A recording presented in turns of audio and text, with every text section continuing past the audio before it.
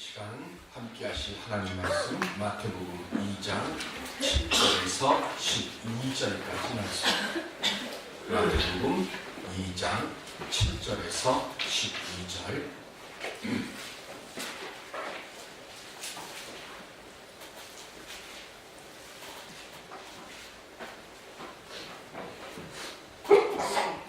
함께 한 목소리로 합독하겠습니다. 이에 헤롯이 가만히 박사들을 불러 별이 나타난 때를 자세히 묻고 베들레헴으로 보내며 이르되 가서 아기에 대하여 자세히 알아보고 찾거든 내게 고하여 나도 가서 그에게 경배하게 하라.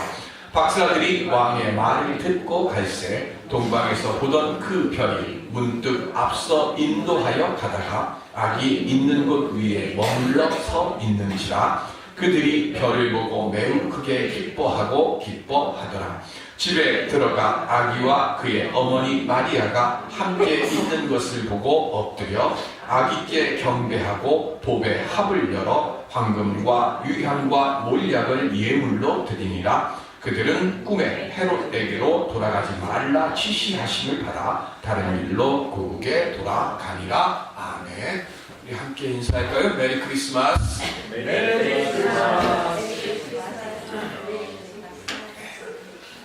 메리 크리스마스 뜻이 뭐라고요?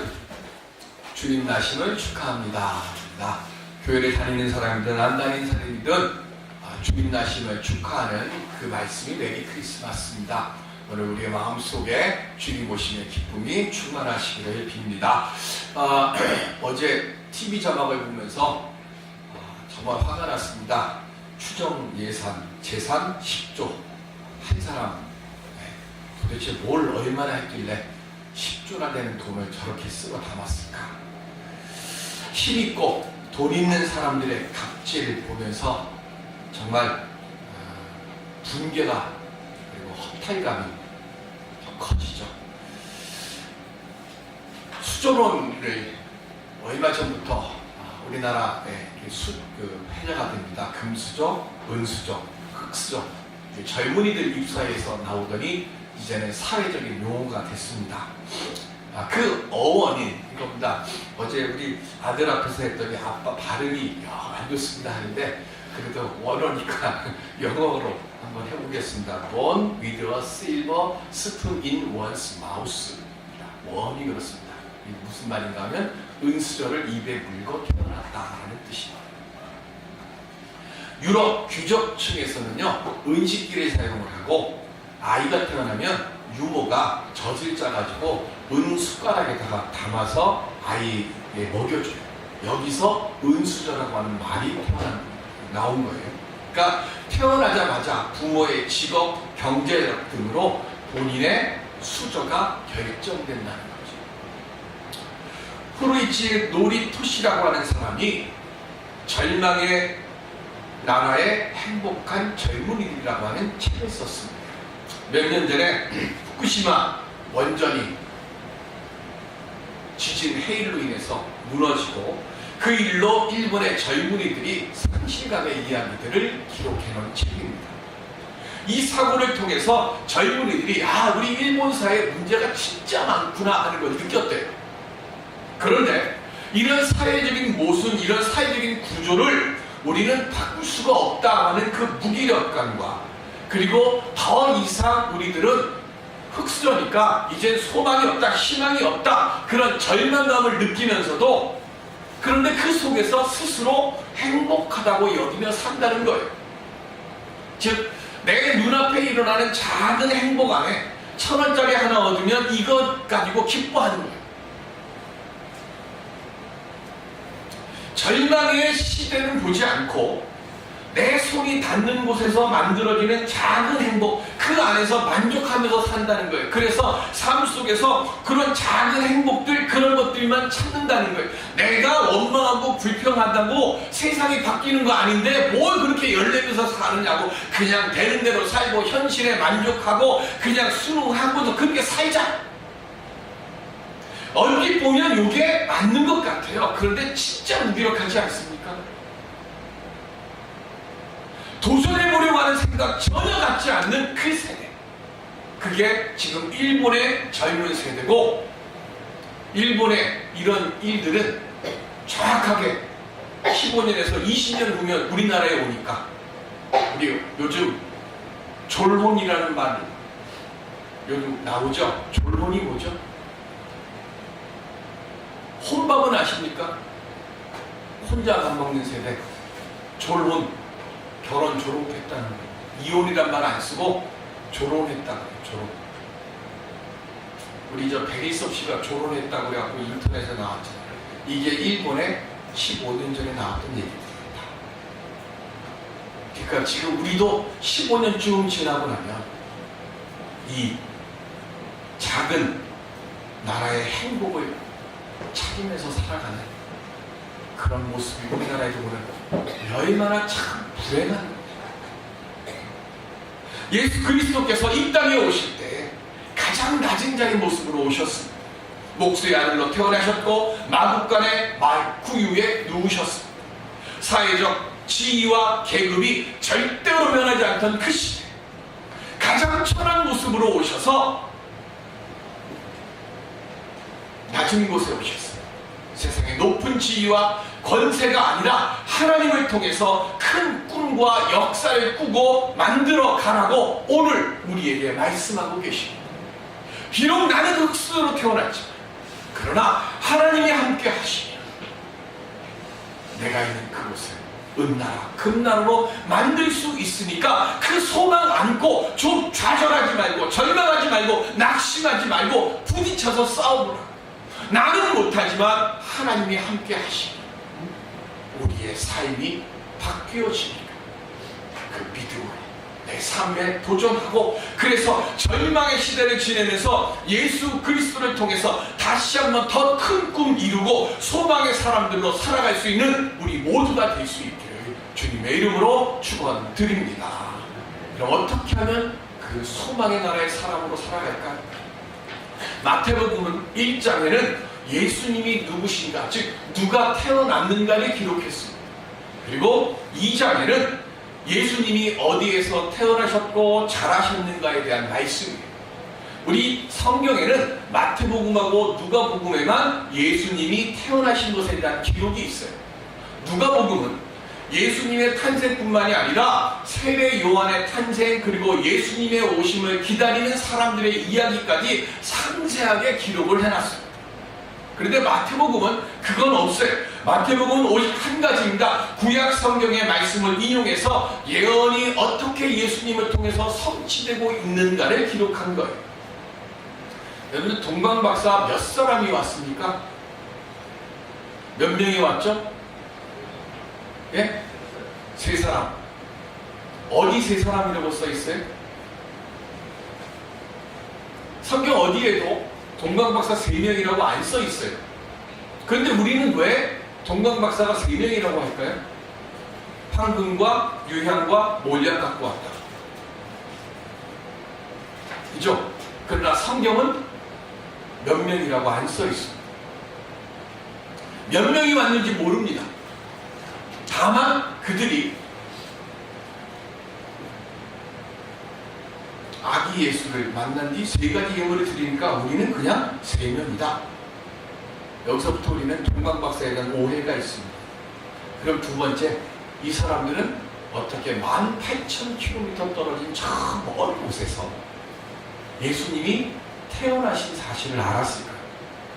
동방박사 아는데, 박사는 사실은 점성가들입니다. 별을 보고 관측하는 사람들을 동방박사들이에요. 이들을. 그러면 이들은 왜 별을 보고 알았고 그 별을 따라서 이스라엘까지 왜 왔을까? 이스라엘이 멸망한 뒤에 귀족들과 지식인들과 선지자들과 그리고 제사장들 그리고 기술자들이 다 바벨론으로 포로로 끌려갔습니다. 그리고 바벨론으로 포로로 끌려간 그곳에서 이들은 믿음을 잃어버린 게 아니라 오히려 믿음이 더 곤고해졌어요. 그러면서 메시아에 대한 소망이 더 커졌고, 그곳에서 이들이 살면서 그곳에서 유대교의 이 뿌리를 쭉 뿌려내린 겁니다. 그러니까 그때의 페르시아에 살고 있는 사람들 중에 언제인지는 모르지만 메시아라고 하는 사람이 이 세상에 온대. 그래서 그때부터 별을 보면서 이 이스라엘 쪽에 무언가 특이한 일이 일어나지 않을까를 몇백 년 동안 포기하지 않고 계속 간축을 하다가 어느 날 드디어 하늘에 이상한 별이 하나 딱 뜬 거예요. 그 별을 보자마자 불이 나게 야 집사 그래가지고 몇 명인지는 모르지만 동방박사들이 그 별 보는 그 사람들이 이스라엘 땅을 향해서 왔습니다. 그런데 자, 예수님이 어디에서 태어나셨죠? 예수님 어디에서 태어나셨어요? 베들레헴 태어났어요. 그런데 왜 동방박사들은 베들레헴으로 가지를 않고 예루살렘으로 갔을까요? 성경을 보실까요? 누가복음 2장 22절. 누가복음 2장 22절. 시작. 모세의 법대로 정결 예식의 날이 참에 아기를 데리고 예루살렘에 올라가니. 아멘. 레위기에 보면 아기를 낳게 되면 하혈을 하게 되잖아요. 하혈을 하면 여자는 부정해집니다. 그런데 이 부정한 여자가 정결하게 되는 날수가 사내 아이를 낳을 때하고 여자 아이를 낳을 때하고 차이가 있어요. 사내 아이를 낳으면 40일이 지나면 정결해지고 여자 아이를 낳으면 80일이 지나야 정결해져요. 이거 다 차별하죠. 근데 어쨌든 성경의 율법에 그렇게 되어 있습니다. 사내 아이는 난지 8일이 지나면 할례를 합니다. 그리고 난 뒤에 33일이 지난, 즉 난지 40일이 지난 뒤에 예루살렘에 올라가서 정결 예식을 해야 돼요. 그러니까 동방박사들이 하늘에서 별을 보고 짐 싸갖고 출발했어요. 얼마 떨어진 거리라고요? 18,000km. 그러면 18,000km 떨어진 그곳에서 낙타 타고 사막 건너고 산 건너고 내 건너고 그리고 오면 얼마 걸릴까요? 꽤 긴 시간이 걸릴 겁니다. 이들이 오면서 볼 때 처음에 별이 어디에 있었는가 하면 예루살렘 위에 있었습니다. 왜요? 예수님이 정결 예식을 치르러 예루살렘으로 오셨으니까. 그러니까 예루살렘 위에 별이 있는 모습을 보고 계속해서 오다가 예루살렘에 도착했을 때 별이 싹 사라졌어요. 그러니까 우리가 지금 크리스마스 카드나 아니면 성화에 볼 때 동방박사들이 말구 위에 누워있는 예수님 앞에 황금과 유향과 몰량을 드리는 그림은 그건 잘못된 겁니다. 예수님이 태어나셨을 때 말구 위에 누우셨을 때 찾아와서 경배드린 사람들은 누가복음에만 있어요. 누구요? 밤중에 양떼를 지키던 목자들. 목자들만 예수님이 태어나셨을 때 와서 경배를 드린 거고요. 동방박사는 한참 시간이 지난 뒤에. 그러면 이들이 예루살렘에 들어왔습니다. 어떻게 이들이 헤롯 앞에 섰을까요? 외국 사람입니다. 첫째. 두 번째, 어디가 어딘지를 몰라요. 남대문 가가지고 우리 전시우 집사님 찾는 거랑 똑같은 거예요. 그러면 어떻게 해야 됩니까? 지나가는 아무나 붙잡고 뭘 해야 돼요? 여기 왕이 태어나셨는데 어디서 태어났느냐고 묻기 시작할 거 아니에요. 그러면 사람들이 묻습니다. 아니 왕이 태어난 걸 어떻게 압니까? 아 우리가 저 먼 나라에서 본데 왕의 별이 반짝반짝거리면서 왕이 태어났습니다. 그러니까 그 말이 어떻게 돼요? 소문이 퍼져나가기 시작합니다. 소문이 퍼져나가니까 그 소문이 누구의 귓가에 들려가요? 헤롯의 귓가에 들어갑니다. 별을 보고 왔다고 하는 그 이야기를 듣는 순간 백성들의 마음속에는 뭐가 퍼졌을까요? 메시아가 나셨다. 그동안 우리가 기다렸던 고대하던 메시아가 오셨다라고 하는 그 소문이 함께 퍼지니까 당황한 헤롯이 빨리 그들을 불러들여라 해서 동방박사들을 궁으로 불러들인 거예요. 에서의 후손인 에돔 족속이 헤롯입니다. 당연히 성경을 모릅니다. 그러니까 성경을 아는 사람들을 불러다 모아놓고 야, 성경에 어디 예언되어 있는 곳에 메시아가 어디서 태어났는지 기록되어 있는지 한번 찾아봐라. 우리는 오늘 공동 안 했습니다. 근데 5절, 6절에 보면 베들레헴에서 태어난다고 하는 미가서의 예언의 말씀을 기록해 놓고 있습니다. 그러면 왜 베들레헴에서 태어났을까요? 사무엘상 16장 1절 시작. 여호와께서 사무엘에게 이르시되 내가 이미 사울을 버려 이스라엘 왕이 되지 못하게 하였거늘 내가 그를 위하여 언제까지 슬퍼하겠느냐. 너는 뿔에 기름을 채워 가지고 가라. 내가 너를 베들레헴 사람 이새에게로 보내리니 이는 내가 그의 아들 중에서 한 왕을 보았느니라 하는지라. 아멘. 다윗의 고향이 어디예요? 베들레헴. 다윗이 기름 부음 받은 곳이 어디입니까? 베들레헴입니다. 이스라엘 최고의 왕이 태어났고 그리고 택하심을 받은 그곳이 베들레헴. 다윗은 베들레헴에 있을 당시에는 작고 연약한, 그리고 집에서는 막둥이로, 집에서는 기대도 하지 않는 흙수저 같은 아이였어요.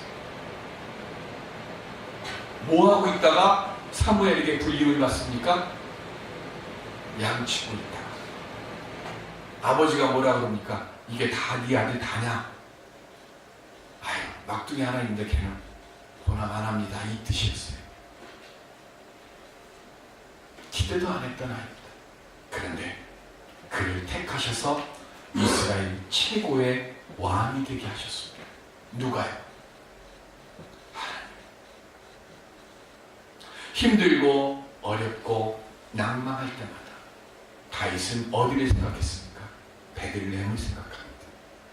그곳에서 자기가 기름 부음 받은 은혜를 생각합니다. 왜 예수님이 예루살렘이 아니라 베들레헴에서 나셨을까요? 예루살렘은 다윗이 왕이 되고 난 뒤에 세운 도시입니다. 다 만들어 놓은 도시. 우리는 다 만들어 놓은 세계 속에 살면 흙수저는 흙수저로밖에 못 삽니다. 우리의 발걸음은요, 예루살렘을 향해서 가면 안 되고 우리는 베들레헴을 향해서 가야 우리가 예루살렘을 만드는 능력을 우리 주님을 통해 얻을 줄로 믿습니다. 우리 예루살렘을 보면 안 돼요. 그래서 예수님이 베들레헴에 가장 낮은 모습으로 가장 천한 자리에 우리 주님이 오셨어요. 오늘 우리들로 하여금 우리의 발걸음을 베들레헴으로 향하고, 그래서 예루살렘을 만들려고 오늘 지금 이 시간 이 땅에 오셨고 우리를 부르신 줄로 믿습니다. 남이 만들어 놓은 세상이 아니라 내가 만들어가는 예루살렘을 만들 수 있는 믿음 없는, 그 능력 없는, 소망 없는 우리 모두가 되시기를 주님의 이름으로 기원 드립니다. 그래서 이들이 발걸음을 베들레헴으로 옮겨요. 그런데 예루살렘에 있을 때는 별이 안 보였어요. 남이 만드는 세계에서는요, 목표가 없어요. 내가 가야 할 방향이 없어요. 그런데 다시 베들레헴을 향해서 동방의 박사들이 발걸음을 옮기니까 안 보이던 별이 다시 보이기 시작합니다. 내가 힘들고 지치고 낙심될 때 내 믿음의 베들레헴이 어딘지 기억하시고 그 베들레헴으로 내 눈을 돌리고 내 발걸음을 옮기는 우리들이 되기를 바랍니다. 내가 그렇게 내 믿음의 고향 베들레헴, 내가 하나님을 만났던 그 은혜의 베들레헴, 내 심령 어느 곳에 두었다가 절망될 때, 낙심될 때, 그 베들레헴을 바라보면서 새 힘 얻고 새 용기 얻고 내가 일어서고자 할 때 하나님께서 사라졌던 별을 우리 눈앞에 나타나게 하시고 그 별의 이끄신 대로 우리의 발걸음을 인도하여 주실 줄로 믿습니다. 그래서 이 동방 박사들이요, 그 별을 보고 10절에 뭐라고 그랬어요? 매우 크게 기뻐하고 기뻐하더라고 그랬어요. 유대를 회복시키실 왕, 포로된 자에게는 자유를, 눈먼 자에게는 빛을, 그리고 마음이 상한 자를 고치시는 그 주님을 만날 때 가져야 될 가장 첫 번째 우리의 마음의 자세가 뭡니까? 크게 기뻐하고 또 기뻐하는 그 믿음, 그것 오늘 우리들이 가져야 될 줄로 믿습니다. 성탄을 가진 우리의 마음에 이 예수께서 머무셔서 우리는 크게 기뻐할 수 있는 심령들이 되어야 돼요. 왜요? 요한복음 3장 17절에 보시면 시작, 하나님이 그 아들을 세상에 보내신 것은 세상을 심판하려 하심이 아니요 그로 말미암아 세상이 구원을 받게 하려 하심이라. 아멘. 예수 믿는 자는 심판을 면하고 구원을 얻게 하신다는 거예요. 예수 믿는 자는 항상 언제나 베들레헴 그 자리에 있다 할지라도 하나님께서 예루살렘을 만들 수 있는 은혜의 능력과 힘을 주니까 우리가 예수 믿음으로 기뻐하는, 이를 위해서 예수님께서 이 세상에 오셨습니다. 주 안에서 기뻐하는 심령들 되시기를 바랍니다. 동방 박사들이 예수님으로 드디어 집에 들어갔습니다. 그들이 뭘 했습니까? 오늘 본문 11절에 보면 아기 앞에 엎드려 경배하고 그랬어요. 예배자의 자세의 첫 번째 모습이 뭡니까? 경배입니다. 경배가 뭡니까?